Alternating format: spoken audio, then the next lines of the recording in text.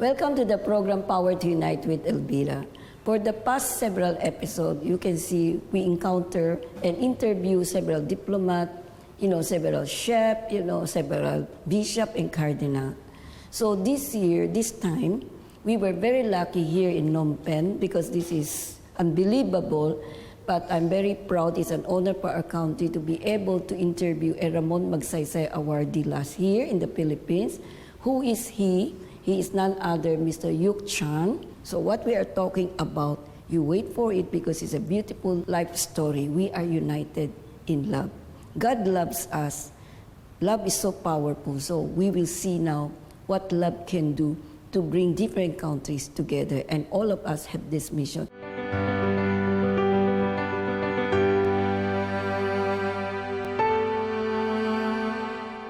Welcome, Mr. Youk Chhang, to the program Power to Unite.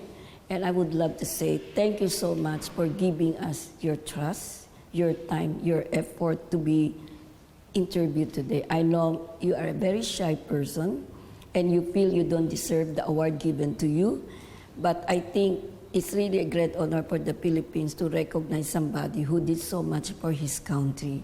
And we hope that the Filipino youth, especially now, the post-millennial and the millennial kids can learn something from your experience. I know you encounter a lot of hardship, so we will not talk about what you are doing now at the moment. What is important is, can you narrate to us how is your life before you become a refugee, what your parents are doing, So a little bit background. Well, thank you for the opportunity, and it's I would love to say salamat po, and I love the Philippines. It's a great honor to be on this program. Also for the Philippines, which I regard as my adopted country. I love all the Pinoys in the Philippines. I grew up in the war in this country, since the Vietnam War. So since I grew up, I always hear the sound of the bombs, see the planes, the guns, the curfews. So sort of beginning of my life. But how old were you at that time? When the Khmer Rouge came, I was 14. Oh, so when the Khmer Rouge came to power, I was 14. And very unfortunate that I left home alone. So I was separated from my parents, my brothers and sisters. How many are you in the family at that time? 9. I'm the youngest. So 9. Yeah, so it's a big family. Yeah. Cambodia have a big family. My mother is still alive. She's 93 years old now. Wow. Yeah, but she lost all her brothers, sisters, some of her children, lost all her parents. So she's not far away from here. She's very tough. She never cried. It was her that I'm doing this for her. Since I grew up, I have never seen her crying with all the hardship, with all the difficulty in life. Particularly when I was tortured by the prison guard, she didn't even cry. And I sort of question, where is love? Where is protection? So it's sort of both love and anger. It took me 2 decades to understand, to save my life, that she had to hold back a tear. Imagine, very strong. And that it's made me at first very angry. Why people have done that to my mothers? Why they have done that to all mothers in the countries? So I'm very touched to mothers because of that. By her love and sacrifice. I think that's, love can go that far by even holding back a drop of tear. That because in order to preserve a piece of your precious things in life, your children. But I couldn't understand that, when that took place, when I was tortured among peoples for the crime I did not commit. I'm still in mushrooms to feed my pregnant sisters. But I was very upset that seeing her among the crowd and didn't come out. Cannot do anything to do anything or ask for forgiveness or protect. But it took me 20 years to understand that. Imagine. 20 years. But that it's become who I am. That's built up who I am. So that built up my understanding of love from my mothers and others, that I have to do this not only to fulfill her love, but also to earn love from the enemy, from those who also suffer me as well. So it took a lot of courage of her in doing that for me. So I'm grateful with this experience, rather than living with these horrible things, and I can shift it and twist it to something positive for myself, for my mothers, and for others. I think without you knowing it, you are the one who gave her courage to go on to continue life as it. That's why she became very. But she believed in a dream. You know, when I was a little boy, she was telling me that when she's pregnant, then she lost me in the jungle. Okay. And she was crying. And then she found me on the mountain, looking east. And she believed that I would be better if I'm apart, if we are apart. So I think that it's, how could a mother expect a son to be apart so that he can grow successful? But she held on to it. She believed in it like a destiny that I have to be away.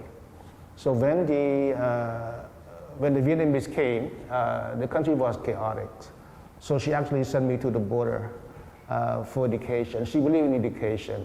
She think that I can feed you, I can look for food to feed you, to cook for you, but you must earn education, because education will bring you happiness, will make her happy, will bring a better life for myself.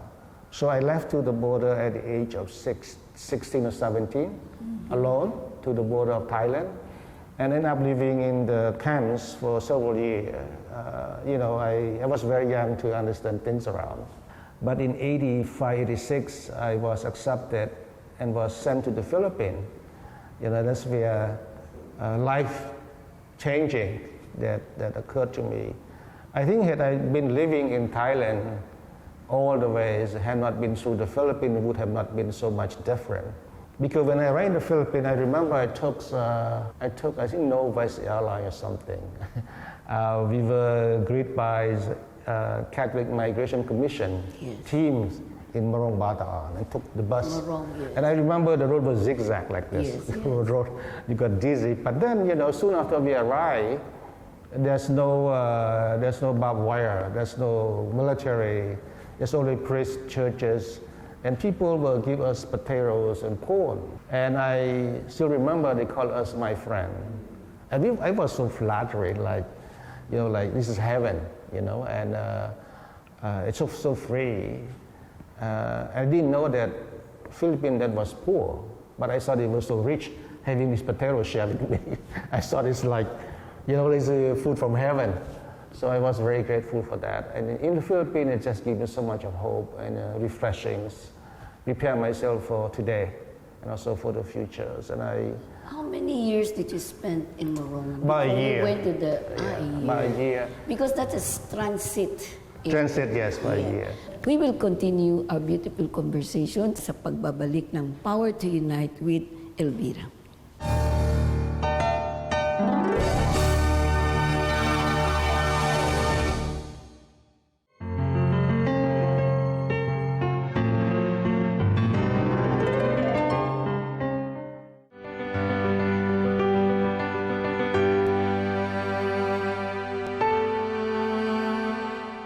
I found out when I was involved with the Philippine National Red Cross and also with the ICRC when I was introduced. So I was given a brief background. I went to Thailand to visit the biggest refugee camp, so I have seen the problems.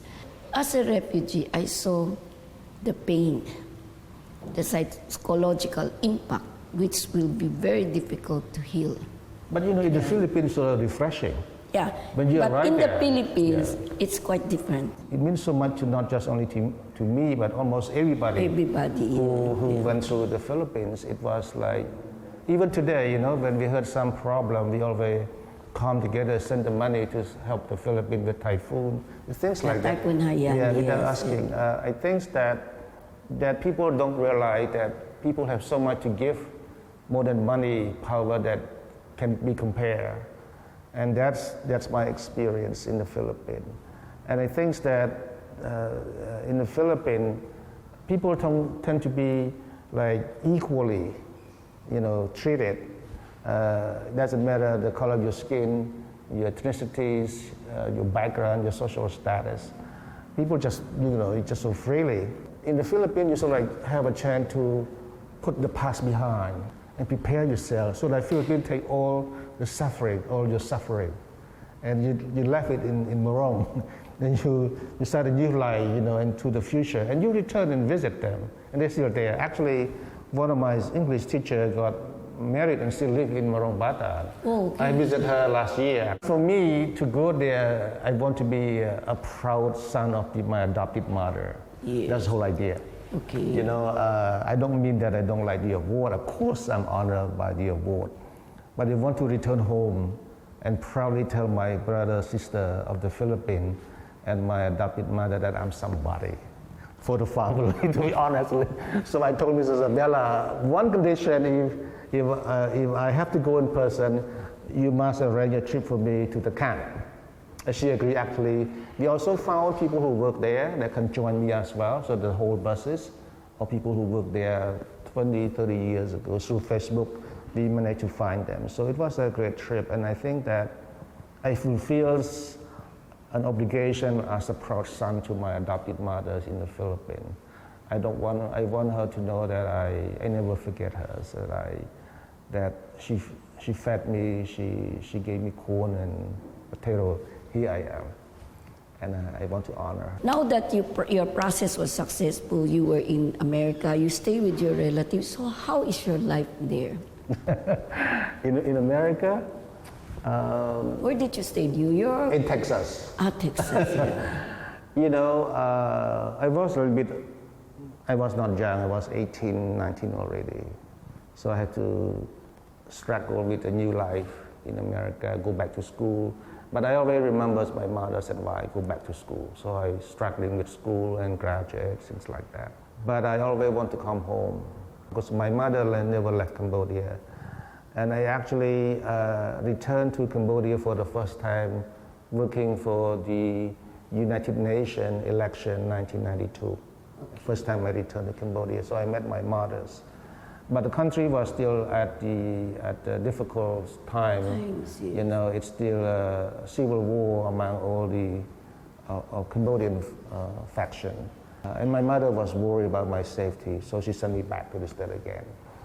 So I thought of, why we can never be together? Why love have to be apart? Yeah. Why have to be that way? So I resist that I would do anything just to return just for her.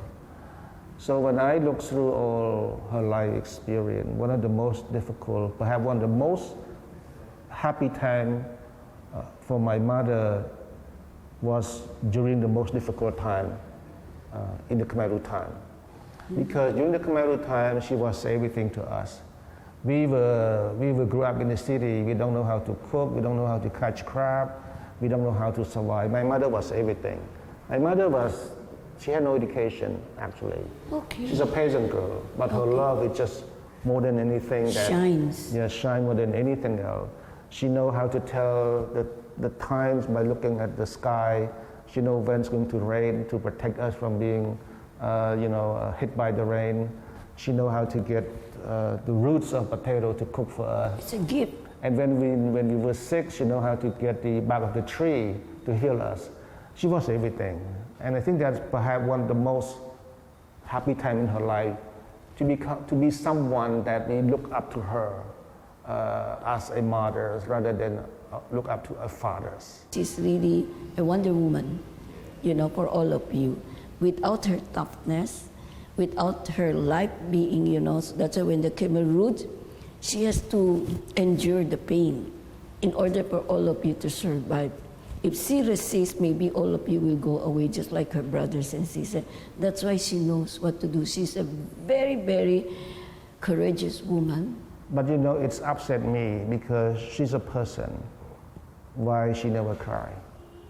Why she never complain with all the hardship that she have to endure for us? Why she never, have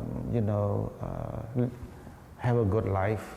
why she always have to be in difficult situation. She had to get used in order for all of you to survive. That's a great sacrifice from a mother who doesn't explain everything because you don't understand.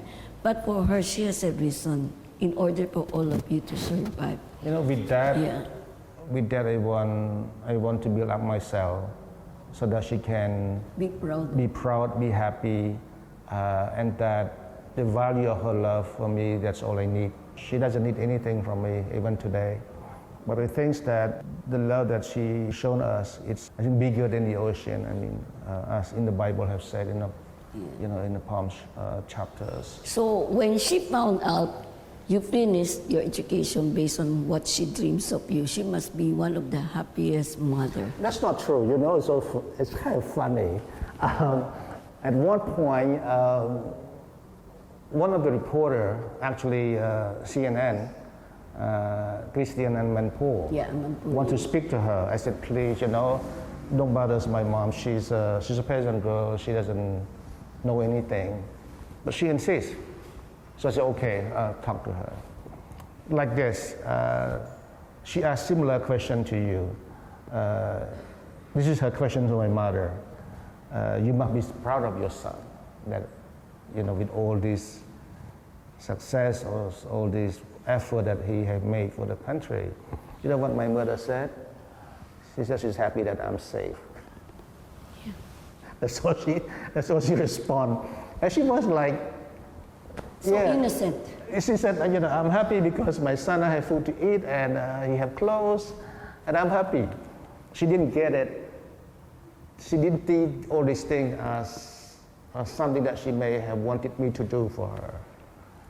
I think that at the end of the day, I began to understand that mother wants nothing from you, but that you are safe, you can take good care of yourself, you can help others, and that perhaps that's what she wanted, but not all this thing that we have heard of me, and I began to understand that love from a mother, it's beyond what you can imagine, and that's all you need to be better yourself, is to love your mother the same way that she loved you. But for me, it's a matter because maybe I grew out of this culture. I want her to tell me. But in this culture, people don't really share your silentness or your internal courage because it loses the value. But maybe I grew up with this culture, so I wanted to hear from her. At one point we talked, we hardly spoke each other.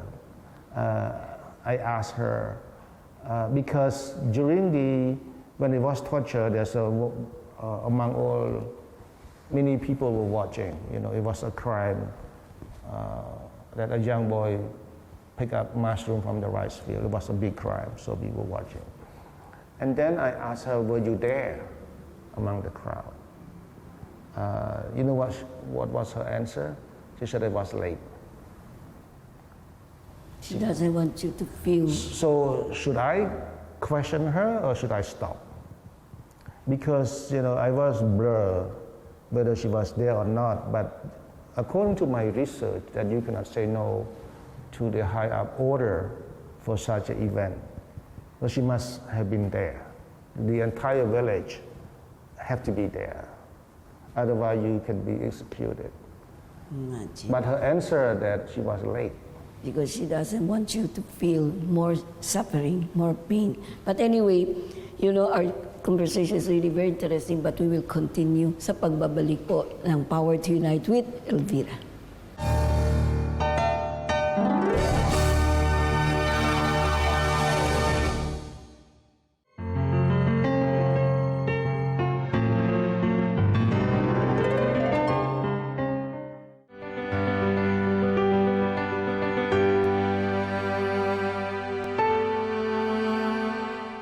Mr. Youk, that was very, very interesting, your relationship with your mother. So I saw while you were telling, you become what you are today because of your mom. And she saw it's only through education that you can do something to help the people, to help the country, to be of service. And it's her dream. She actually asked me to forgive a lot. At one point when I returned, I was looking for the village chief who was responsible in killing my sister. And she said, yeah, I met him. The village chief came, brought her bananas, flowers, and he asked for forgiveness. I said, what did you do to him? She said, I forgive him. It was so difficult, when we witnessed the killing of my sister, and then she still can forgive the perpetrators, and telling me that I should do the same thing. I think that it's made me think, while working on this, made me think about respect of the law, education for the young generation, and so that this cycle of evil won't be repeated. And that's why I more focus on the respect of others, differences, and let the law of the countries deal with it rather than personally take revenge. And all of this, it's come from my mother's. It's not from schools, not from books. It's just like her commitment to not just only love her own children, but also to forgive others. That's a very great. And I was divided with my mother at one point, and also one of my niece, who's the daughter of my sister, who was killed by the person who asked my mother for forgiveness. So we were divided on what did justice mean to my sister, to my niece's mom, and to my mother daughter. So we were divided. So when we look closer, I think that if we can earn respect, also love from those who suffer us, perhaps it's the most healing things that she perhaps enjoy. With that, we support her. I support her initiative, we support her wish. So I think that I would do anything to make her happy, to become happy mothers. She understands that the one who did the killing of your sister, sometimes doesn't want to do it, but the higher authority is watching. I think what she gave me is a guidance, but yet I have the freedom to make my own decision. I do this. While I'm doing this, she was always like the voice that remind me about forgiveness, about respect of others, about education, about better life. Is she Catholic? Pardon me? Is she Catholic? No. Okay. She's a peasant girl. She actually comes from a very poor family background. But her faith in faith. She lived with nature. She believed in spirits, things like in dream. That's but her guidance has sort of shaped my work and the way I think. In dealing with this, one of the biggest crime in the 20th century, and she was my guidance. Because you hate many others, it's just too many of them. But then if you make effort to earn respect from them, by comparison, it may be much better. But she never tell me what to do. Yeah. One thing, she always gave me the freedom to decide. To make decision. My choice. But she always the guidance, telling me certain things. Will you allow me to have another part 2 of our discussion? Sure, no problem. Because this is the beautiful things that I'm also learning by listening. Napakaganda po ng buhay ni Mr. Youk Chhang, di ba? In spite of the tragedy that's out there, but the guiding light, the guiding hope of his life is really the mother. So you see the importance of being together, bounded by love in the family. Everything should start in the family. I hope you will come back and watch the part 2 sa susunod po na linggo dito po sa programa ng Power to Unite with Elvira.